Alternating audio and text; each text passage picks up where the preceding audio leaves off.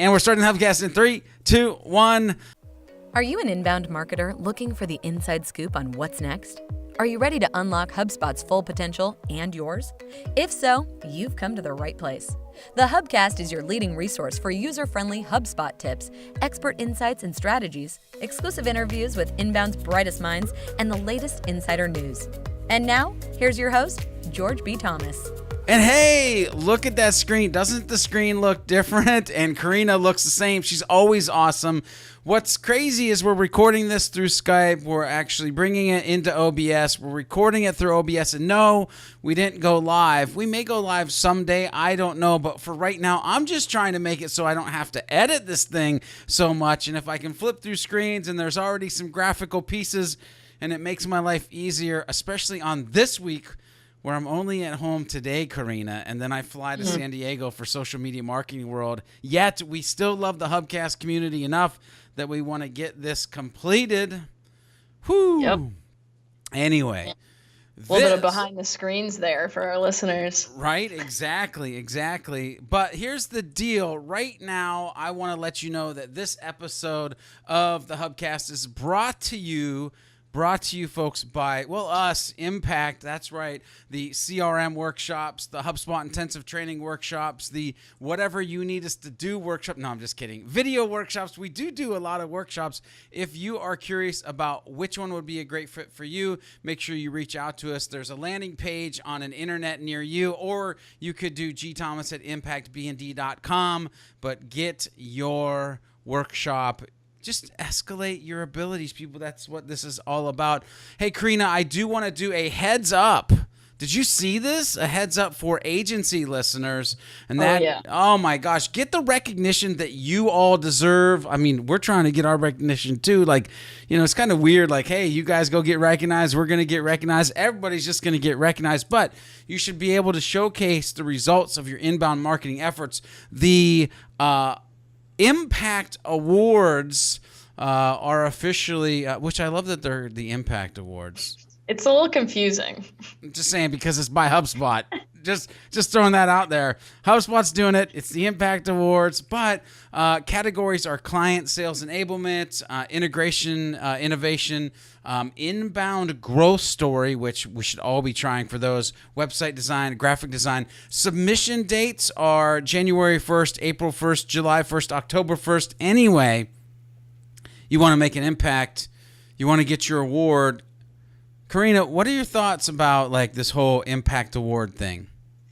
So the Impact Awards are pretty huge in my opinion because you get the recognition from HubSpot. HubSpot announces the winners of these awards, and you can also use the award on your website. So I know that Impact won the Website Design of the Year one year, and that generated a lot of really amazing opportunities for us for more website design projects. So this is just an opportunity that you cannot miss. If you're an agency, you will get a lot of publicity from it, from HubSpot announcing the winners. I do want to give a couple tips and things to remember as you're looking at submitting these. So the best thing to do is to not wait until the submissions are due to try to spin up some kind of submission and put it in. You really want to think about these as the year goes, as you're working with clients and doing different projects. Really have these in mind at the beginning so that as you're going, you could work on a submission. I think my number one advice would be go look at the scoring rubric. So this will be linked up in the show notes.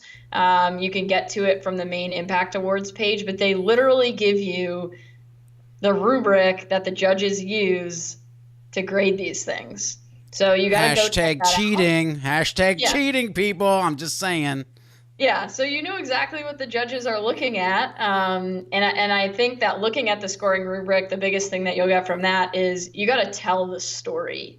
So, you know, they really want to see results. They want to see, you know, how all of these different things that you did for a client got them to X, Y, and Z results. But, you know, I think as I've seen some of these Impact Awards come out and read through some of them, it really is about the story, the whole story of start to finish, how you got to be working with them and how the project went. So that's a big part of it, not just the results of, oh, look at all of these things, but the full story of how you got to those results. So check that out. It really is a big deal. You're not going to want to miss it. Again, they do quarterly submissions, so you can submit stuff each quarter. Make sure that you get on that right away. Yeah, you know what else you're going to want to get on right away? That's this week's property of the week.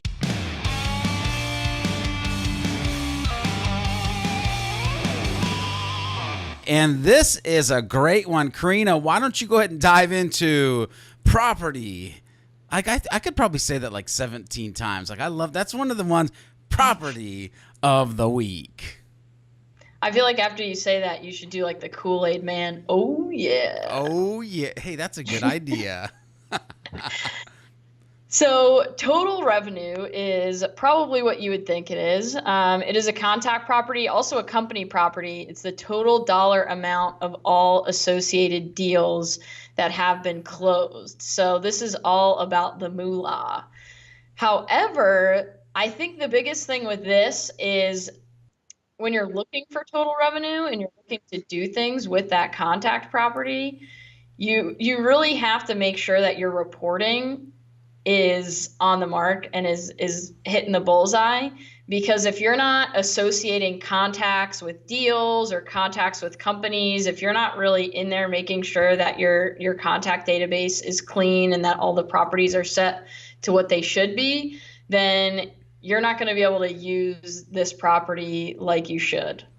So a couple of the things I think that this really highlights is it begs the question of, are you focusing on life cycle stages in your funnel?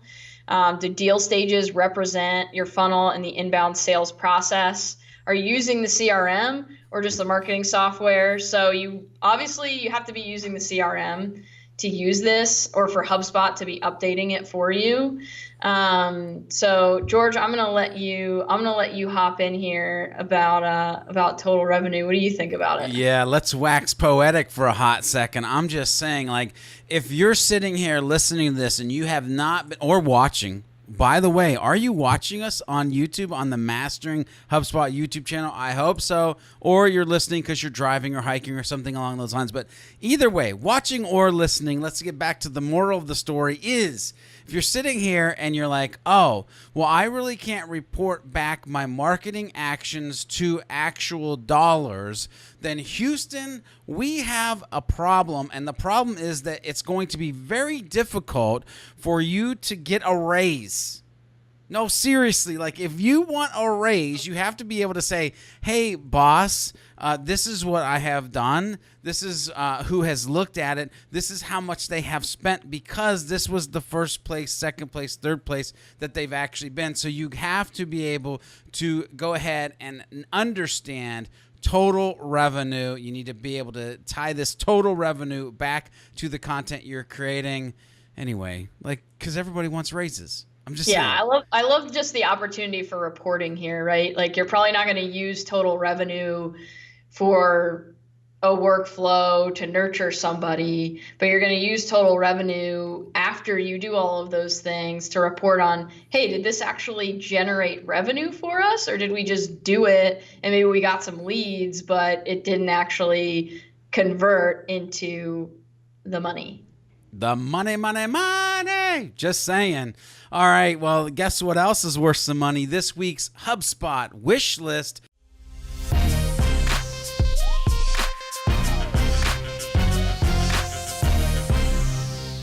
And I'll be honest with you, Karina, this week it's a little bit different. Like, usually every week I share a part of the software that, you, I, or the community wishes would be transformed into this like amazingly awesome piece. But this week, well, my wish list is kind of education based. You see, HubSpot added a new, what I'll call, micro piece of functionality that really begs for, well, some education around it, specifically probably from HubSpot Academy. And the new functionality is the ability to do what seems like almost, A to Z CTA variants. And what I mean is in the new HubSpot CTA tool, the UI, if you go in to do what was historically an A/B test, now you can do an A/B test, ABC test, ABD test. I'm not going to keep going, people. Don't worry. I know you got a limited amount of time to listen. But they might want to cover some things in this article or educational piece, like why would you want to ABC or ABCD test? What should you be testing if you're testing like 4 or 5 CTAs at a time? Because I can't see as where it would be some certain elements, but I can see where it might be possibly other elements. But I really want HubSpot Academy to kind of chime into this. And how are they rotated? That was one of the initial conversations that came up, was how are these, if it's 3 of them, if it's 4 of them, how are they rotated? Which, by the way, I did find that it's not in an article, but I reached out to Jeffrey Vosell, who is a rock star, and he was like, yeah, if it's 3, it's like 33.333, that percentage, and if it's 4, it's 25%, which inherently I immediately, Karina, started thinking, well, if you're going to do 3 and 4 and 5 CTA tests at a time, you better have some massive freaking traffic. Otherwise, it's going to be hard to even figure out what's going on there. Anyway, there's a ton more that they should probably let us know about this new piece of functionality. I'd love for the community to actually give us their thoughts down in either the comments of the show notes, if that's where you're watching right now, or if you're just straight up on our YouTube Mastering HubSpot channel, then leave it in the comments there. Like, if you're going to test 3 CTAs, 4 CTAs, or well, actually 1 CTA and 3 or 4 variants, what the heck would you be using it for? Karina, what are your thoughts on this? Yeah, so I've used the multivariate testing for the CTA tool a few times, but I agree I think that there's a little bit of a gap between, and this is kind of the gap that we're trying to fill, George, with a lot of things. I think is there's a gap between HubSpot builds out a functionality and the best practices of using a tool like HubSpot provides us, right? So, A to Z testing, I could test 1 CTA, 8 different variants of 1 CTA, but what's the best practice around that? How do I, what's the right amount of data to be collecting, and how do I do that well? And I think that that's some of the gap that's there. That would be really helpful to fill in. And I have some thoughts. I wouldn't necessarily recommend, unless you have a crazy amount of traffic, then you could kind of go nuts with it and test, maybe a bunch of different CTA colors. I think that the most applicable piece of this would be to do something like colors or a small change in copy. But I love this because to me, this is a fun part of some of the inbound stuff. Yeah. I'm just going to mess around. I'm going to try all these different colors, and maybe it's going to be what I think it is, and maybe I'll get a result that I did not think was coming. And that way, you can do some of those small tests with colors and copy on CTAs, and it's really easy to set up. And then you can take that and sort of, at a micro scale and sort of blow that up with other things on your site, just based on some of these small tests you can do with CTAs. So that's my 2 cents. Yeah, I totally agree. Colors is where my mind went immediately too, because everybody has had the conversation of their CEO Jeff doesn't like green, and so nobody ever does green on CTAs because of Jeff. Thanks, Jeff. Well, now you could actually do green and purple and yellow and whatever your branded colors are, and all of a sudden you can be like, yo, Jeff, 57% of the people clicked on the green one. Anyway, just tell Jeff you love him if you actually work with Jeff and he happens to be your CEO. That was totally random. You know where else, though, they can find out what you think, what I think? Well, Karina, why don't you tell them where they could find out what you think, what I think about CTAs, multivariants, and a whole lot of other things? I'll tell you, if you want the latest and greatest from George and I, from Impact, from the community, get on Impact Elite and Mastering HubSpot. Those Facebook groups are, shall we say, lit. So I'm not going to harp on them today, but we are so hype on those. We can't stop talking about it. So you got to get on there. You'll find the links in the show notes.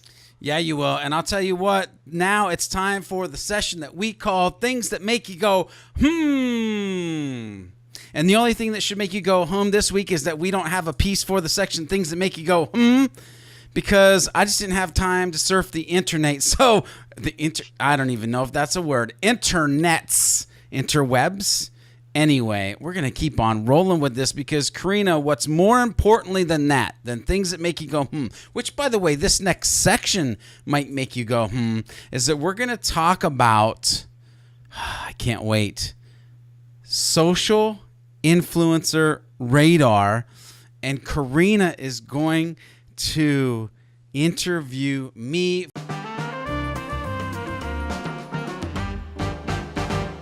for this strategy section. And I love, before we got started, Karina, what did you tell me before we got started about social influencer radar? I told you that I have no idea what it is. Yeah. And people, that made me smile. If you're watching, you'll see that I'm smiling, but it made me smile because she will have to interview me from the perspective of somebody that doesn't know what it is, because you probably don't know what it is. And so as she's asking questions, you might have some of your own questions, which you can, of course, tweet out at George B. Thomas, or you can leave them in the comments below. Let's go ahead and get into this week's HubSpot strategy. Oh, yeah. Hey, we could almost work that with every one of them. So, Karina, where do you want to get started? Well, I just want to start by asking you, what on earth is social influencer radar? Yeah. So social influencer radar is the ability to use your HubSpot portal, some tools in your HubSpot portal to actually diagnose or pay attention to people who are influencers that come to your website. Now, let me take a step back from that first question and explain why this is actually important. And it's because everybody and their grandpappy has been talking about influencer marketing, and it's all about finding those influencers in the space, right? So for instance, if somebody wanted to sell a pair of HubSpot sneakers right now with the sprocket and everything, they might reach out to one George B. Thomas or one Karina Duffy and be like, hey, will you wear our HubSpot sneakers because you are semi or micro influencers, or maybe we're major influencers. Maybe they would contact Dharmesh Shah and say, Dharmesh, bro, can you rock these sneakers? And so that's one part of social influencing, is you designate or find those people, and then you set them up to do something, say something, be some way on the internet. However, there's another side of this, and that is that you have people that are coming to your site that are already influencers that would absolutely, probably, possibly do these things that you want them to do, right? But how do you know if those people are coming to your site? So the strategy is, if you do not have a social influencer workflow list set up, here is what I'm talking about. I'm talking about that you need to know if they have a certain amount of people as far as Twitter followers. You can designate that. Or you may even leverage this off of a clout score. Now, if you don't know what clout, it's not like sauerkraut. Just kidding. It's sauerkraut. Anyway, it's clout score. And so you might do something like, hey, if they have 2,500 Twitter followers or more, then go ahead and pull them into this list. Or if they have a clout score of 70 or more, go ahead and pull them into this list, right? So that's the baseline of that. You're saying, hey, HubSpot, pay attention to these people who come to the site. Once they fill out a form, or if I have them in my database, look at this. And HubSpot, by the way, HubSpot pulls a lot of this information in, like, just they pull it in, especially Twitter information and cloud information. It's not like you have to ask their clout score or how many followers they have. Like, this data just comes in there. And so let me just give you an example. Set it up at what was the sales line, and all of a sudden, bing, Jay Bear. Hey, Jay Bear was on your website, and this is the page that he looked at, or the pages that he looked at. Set it up, bing, Chris Penn, all of a sudden on the site, right? Rocking it out, looking around. And so what this allows you to do, which, by the way, how did you get that ping? Somebody might be asking that, right, Karina? How did you get that ping?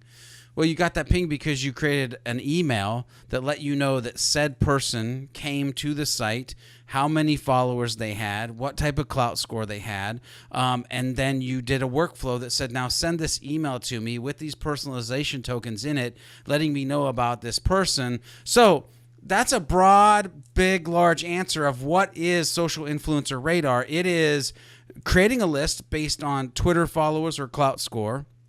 It is an email with personalization tokens of any information that you want to know about that person that they may have answered in a form or may be automatically being drawn in from HubSpot. And it is a workflow that hand delivers it to you so that you don't have to remember to go back and check it, hence the radar part. Like it's always there like beep, beep, beep, Jay Bear, beep, Chris Penn, right? And you can determine like what level, like if it's 500 followers or 2,000 followers or 50,000 followers. And so that's the baseline piece of it. So George, did you do this? Did you tag influencers specifically that you were looking for? Or how did you find those influencers or how did you set that up that you were like getting those pings? How did HubSpot know which people were influencers? Yeah, and see, I didn't really care for specific people, so I didn't tag certain individuals. I just wanted to know fundamentally anybody who has an audience, and in this case, it was 5,000 Twitter followers or a clout score of 80. And let me, by the way, while I'm talking about clout score, I'm trying to think of the questions that people might have, and the reason I used Clout Score was because this was a way to diagnose their level of influence on LinkedIn, Facebook, Instagram, YouTube, other channels other than just Twitter. So that's why it split Clout Score and Twitter. And so I would say, hey, I just want to know anybody that has over 5,000 followers or a Clout Score over 80. And I want to know any of those people. I don't care what industry they're in. They could be dairy farmers. If they're dairy farmer influencer people and they're learning about marketing and sales, I want to know who they are. Why? You might ask, well, why did this? And it's going to be different for everybody, Karina. The reason I did this is because I wanted to see every influencer that came to our website because they were a potential person that I wanted to do an interview with, create a piece of content with, because I knew if I created a piece of content with that person, there was at least 5,000 people that they would share it out to. Right? So in my case, it was about content creation. But for your business, as you're listening to this, it might be something totally different. Like the strategy can be about 5 bazillion different things, but the fundamental system, the social influencer radar that you're building in HubSpot is always going to be the same 3 pieces. Yeah, that was going to be my next question, George, is once you have that, what do you do with it? So I would love to hear, like, was there a specific story that you had from that of doing this social influencer radar and being able to get in touch with somebody or co-create some content? Yeah. And this is where it gets good, people, because what you should do, like, here's phase 2 of the social influencer radar is actually the how do I reach out part. And so while we have on the one side this lists, these emails, these workflows, on the other side of it in the CRM, we also have these templates. So there's a template that when I see that somebody is an influencer and I want to interview them, I have a template that is like influencer first email, right? And it says, hey, I've watched you, you're watching me, you're watching our content, you're reading our content, however you want to preface it. You can make it say whatever you want, but it's an introduction. I just want to introduce myself. By the way, this is what I do. I do these interviews called, and in this case, Karina, One Last Tool, which we did podcasts and videos where we interviewed like HubSpot and SharpSpring and a whole bunch of other folks, right? We interviewed some folks. And so I would introduce myself, and in that template, I'd be like, oh, by the way, here are 2 or 3 other companies that we've done interviews with, and those would link to the interviews. So I'm setting myself up as the thought leader in the MarTech space, and I'm giving them examples that they can go watch. If you're interested, let me know. I can send you the questions that we'll be asking and some other information. So boom, email email, 1 cent. I get a yes, I get a reply. Now I go in and I hit my templates in the CRM that is influencer email 2. And what this is, hey, make sure that you're hardwired into the internet. Make sure you have a good mic. Make sure you have good headphones. Here's the questions, by the way, that I said that I would send you. And if you are ready, go ahead and use this link right here, which ties into my HubSpot meetings, by the way. Just saying, click this link and schedule your time. And so they go and schedule their time. I see that they scheduled their time. I go and add a Zoom meeting to that calendar link. And now I send them another email that's, hey, you're scheduled. Here's when you're scheduled, blah, blah, blah. We do the interview. They rock it out. I edit it. I post it. I have one last email that says, by the way, here's where your interview lives, on YouTube, on our blog. If you'd love to share it, we'd love to, we're going to share the crap of it. Why don't you share it too? And so the whole way, we've automated the process of designating those people, having the radar to find them, and then we automated, templatized basically the whole process of communicating with them through actually creating that content. And you can go check out one last tool. You can go check out some of the inbound thought leader interviews that we're even doing on the Mastering HubSpot channel. That is running now. Like we're still looking for people that were like, hey, they've got an audience and they know some stuff. Like, let's go rock it out. Man, that's good stuff. Hey, I think I would like to go back and listen to this and figure out how many of the different HubSpot tools you had to use to do all of what you were talking about. There was a lot of HubSpot juiciness in there. But here's the thing, folks, it is about how can we use every ounce of the HubSpot tool to do that thing that we're trying to do. And really, if everybody pays attention to this section, and I hope I'll probably rewind it. I'm just saying, I'll probably rewind it. You should rewind it too. But you'll realize the undertow to this is how can I use HubSpot emails, lists, workflows, templates, meetings to optimize a process and to optimize my time because I have things that have to be done. Look, folks, you should set up the social influencer radar. If you have questions about how to do that, you should just hit the links below. I do 15 free-minute assessments. Not that this would be assessment, but I could probably answer some questions. And it's just a little sliver of what we do in the HubSpot Intensive Training Workshops as well.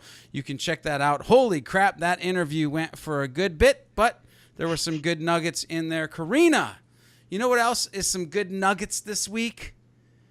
Some HubSpot updates.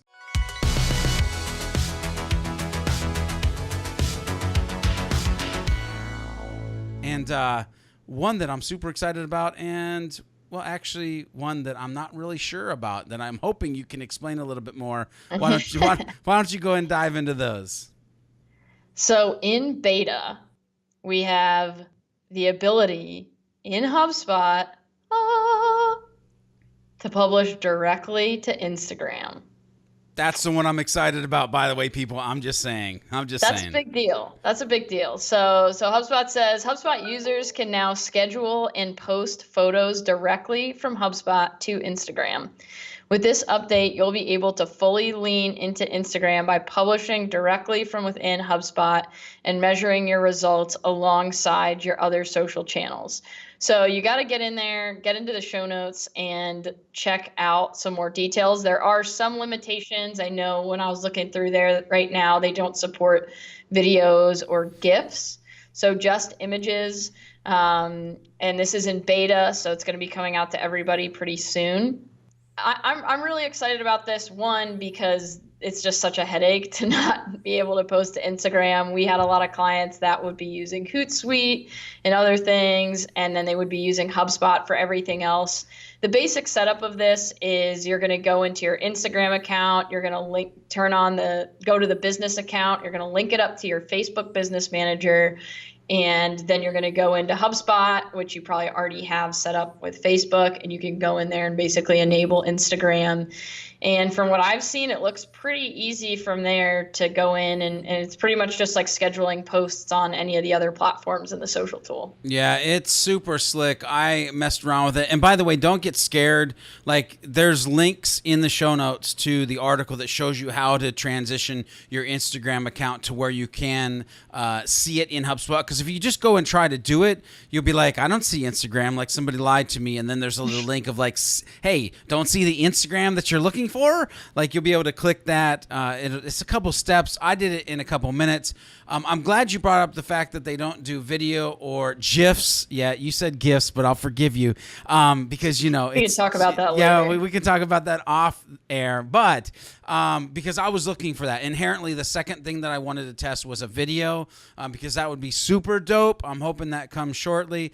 But I'll tell you this. I tested it with an image, and I was like, oh, that was smooth.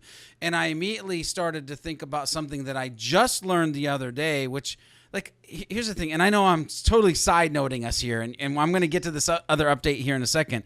But, like, I have not used Instagram to share any of my HubSpot tutorials or the Mastering HubSpot tutorials because I was like, well, there's no easy way for them to click a link and to go back to it. Mm-hmm. The other day, though, I tested it, and I just threw a thumbnail out there, and I was like, hey, one of the many tutorials we've been doing on the Mastering HubSpot, always be testing, always be learning. What the crap? All of a sudden, I got this influx of, like, people liking it and then going over and subscribing to the channel. And I'm like, did not see that coming, but that's really a very interesting test. Now I'm sitting here going, okay, I can actually publish this through HubSpot, and I'm already going to be uploading some images that are based around these things into my portal. Holy macro, do I start to actually kind of broadcast this, if it makes sense, to my Instagram? All I'm saying on that is, maybe A, rethink about what you should be using Instagram for and your company, and B, make sure you check out this tool. Now, Karina, let's go to the one that really sort of confused me, and maybe you can let me know what it's a little bit more about. Yeah. So we have a new HubSpot Connect integration. It is for Kickbox. So kickbox.io. Here's what they say. You spend a lot of time building the perfect email campaign. Don't send it to a list that hasn't been verified. Help improve campaign performance, deliverability, open rates, and engagement by verifying your email addresses with Kickbox. Plus, weeding out bad email addresses saves your team's time and money. So basically what Kickbox is, I dove into this a little bit. If you integrate it with HubSpot, if you go into your Kickbox account, you can pull a HubSpot list. And I'm not totally sure how it works. I tried to dive in as much as I could, and it's not totally clear how they actually clean up the lists. But they'll go through, and maybe it's a domain thing, I'm not sure, but they go through and they basically will tell you how many of the emails on your list are risky or are bad. And then you can export all of the good ones, and it'll sync back up with HubSpot, and it'll create a new list with all of the good emails. So then you can use that list to send the email to rather than the original list that you were going to send. So it does help with open rates, engagement, deliverability, basically overall email performance. I've never used it, so I can't say if it works or how exactly it works. But it is definitely an interesting integration. You do get 100, I forget what they call it, basically 100 tests free. So you can basically clean up 100 lists for free, and then you pay from there. So could be a really interesting thing to test out. Yeah. So if you're a listener, this is where you would inherently want to be watching the show, because I'm about to give you my funja face. Because wait a minute. You mean to tell me that HubSpot isn't already doing those things for me? Like, that's where I went with this. Like, why do I need a third-party integration to clean up a database of emails that I would at least thought, And maybe I'm wrong. Maybe it does. Maybe it doesn't. I don't know. If it does, why is it integrating? But I always wondered why Seventh Sense integrated. And then there was all of a sudden this smart... Anyway, don't get me started. My thing is, like, inherently this tool, HubSpot, the email tool, should do a lot of this for us, but maybe it doesn't. I don't know. I digress, people. You should have watched the show if you weren't, because that face... Whew, worth it. It was worth it. Anyway, you know what else is worth it? What the hack? Because sometimes HubSpot needs a little help, and other times so do you. Weekly tips, tricks, and HubSpot hacks to help you master HubSpot. Hey, I sort of cheated this week because one of the hacks, tips, tricks was actually just a overview. Well, actually, they were both overviews now that I think about it. But one was HubSpot Marketing Call to Actions Tool Overview and Review 2018. Why is it 2018? Well, because it's a brand new call to action tool, to be honest with you. Like there's, you can... First of all, the way you make smart CTAs is completely different. The fact that you can A to Z multivariant test now, the layout's completely different. You have a specific page for your call to action analytics. I'm just saying you should go check out that overview. And the other one I did was HubSpot Marketing Lead Flows Tool Overview and Review 2018. Why 2018? Well, because there's new functionality in it, because they watched some crazy dude's tutorial and decided to go ahead and mix some stuff up. But I'll let that go. Anyway, what tips, tricks, and hacks would you like to see? Let us know. Tweet us out. Hit us up in the comments. Do something, because I'm always looking for ways that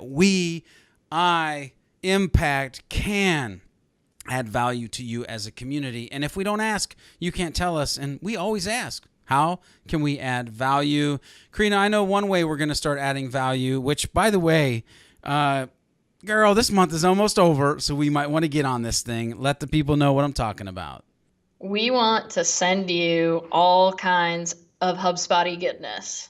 So you got to get on our monthly newsletter. It is going to be a monthly newsletter. We're not going to spam you with all kinds of ridiculous stuff, or maybe we will. I don't know. Nah. No, we won't. So check out oh my goodness, what is going on? Check out the Hubcast page. You can sign up right on our page. And I'm just going to let that one be. I'm just going to be done with that now. Yeah, so we can go right into she's like, what the heck happened? So we will go into the tweets of the week.